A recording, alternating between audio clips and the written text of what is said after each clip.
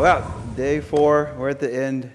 We added the Thought Leader of the Year award in 2015, and we had no idea it would turn into what it has today, thanks to a lot of the folks in here. And it's always been a tradition now that the previous Thought Leader would announce the current one in 2019. So I have the pleasure of having our 2018 Thought Leader of the Year, Paula Gold-Williams, who's going to introduce Gil and talk about why he was chosen and what this award means. And we'll get this show on the road. Okay, I only have a few minutes, and I could be here so long. So, a couple of things. When I entered the industry, I was not a CEO. Not surprisingly, I was an accountant that was a CFO. And I actually got connected through the LPPC, and it was my first opportunity to be in New York City with Gil. Now, he didn't pay any attention to me, but I paid a lot of attention to him because we were in his backyard. And he launched off our connection to investors, to talk about energy, to be very passionate. And I realized right away this man knew what he was talking about. And what I loved about it was he was authentic. And he gave me the first sense that this industry is, it is where you can be emotionally connected to what you do and how you serve. And since that time, I've gotten a chance to grow in the industry and watch Gil and my other brethren, where's Arlen, and Jackie, and many other people in the industry. But watching Gil in particular, he showed up on the scene and he said, I'm going to create a digital twin of my systems. I mean, he runs the largest national state-owned entity for electricity. And he started talking about a digital twin. And of course, I'm an accountant that's really conservative, and I'm scared about security and data. And I'm like, what are you doing? How does that work? What is it going to be? How do you keep it secure? And he and I also now co-sponsor a committee on cyber. And so he hosted our industry recently in the fall of 2018, and he showed us. He showed us his system.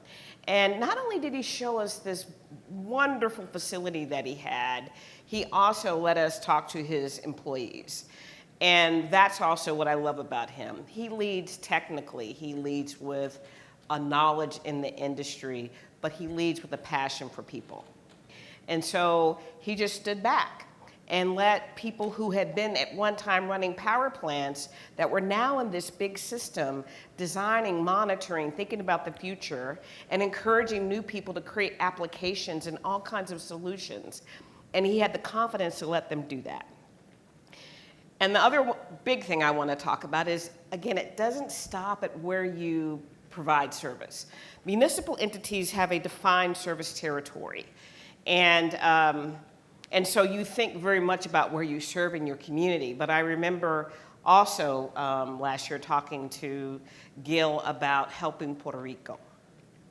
And he was one of the first leaders to say that we have to do something. He was one of the first to send people on the ground from his system where they were needed to Puerto Rico, to be experts down there, to care about restoration, and then rally the troops around the industry to say, don't think just local, think more broadly and go help people outside of your service territory. I could be up here all day long, but I want to tell you again, it is my absolute honor to call Gil my friend and call him the Energy Thought Leader for 2019.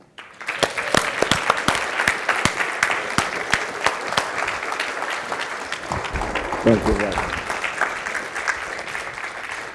Thank you. Congratulations. Wow, look at this lighting. Isn't that awesome? Look at this. This was not from eBay.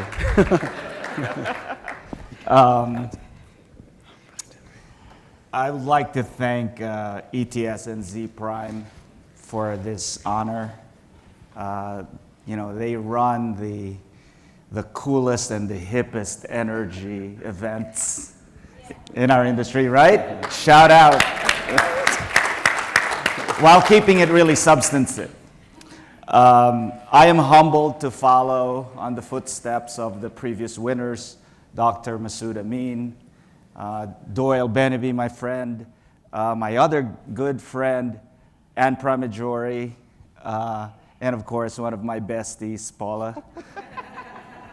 And I want to give a shout out also to the other two public power CEOs who are here, Jackie Sargent and Arlen Orchard. I would make the pronouncement that you cannot find 3 more innovative utilities than SMUD, Austin Energy, and CPS Energy in our entire sector.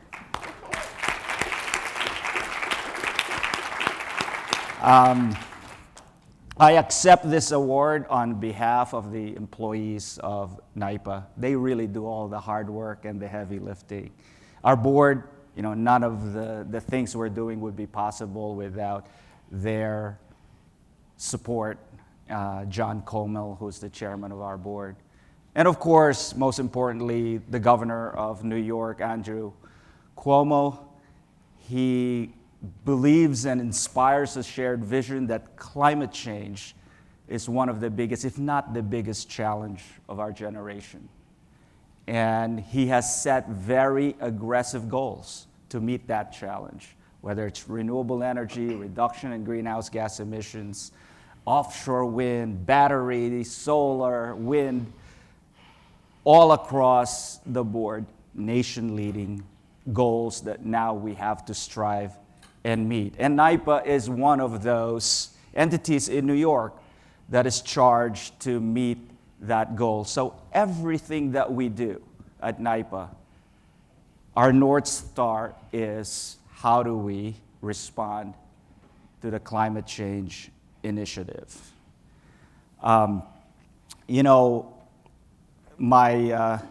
only thing I probably have a call to action to all of us who are privileged enough to be in this sector, privileged enough to work in the energy sector, is that let's make sure that as this transition occurs, that no one is left behind, that there is a just transition.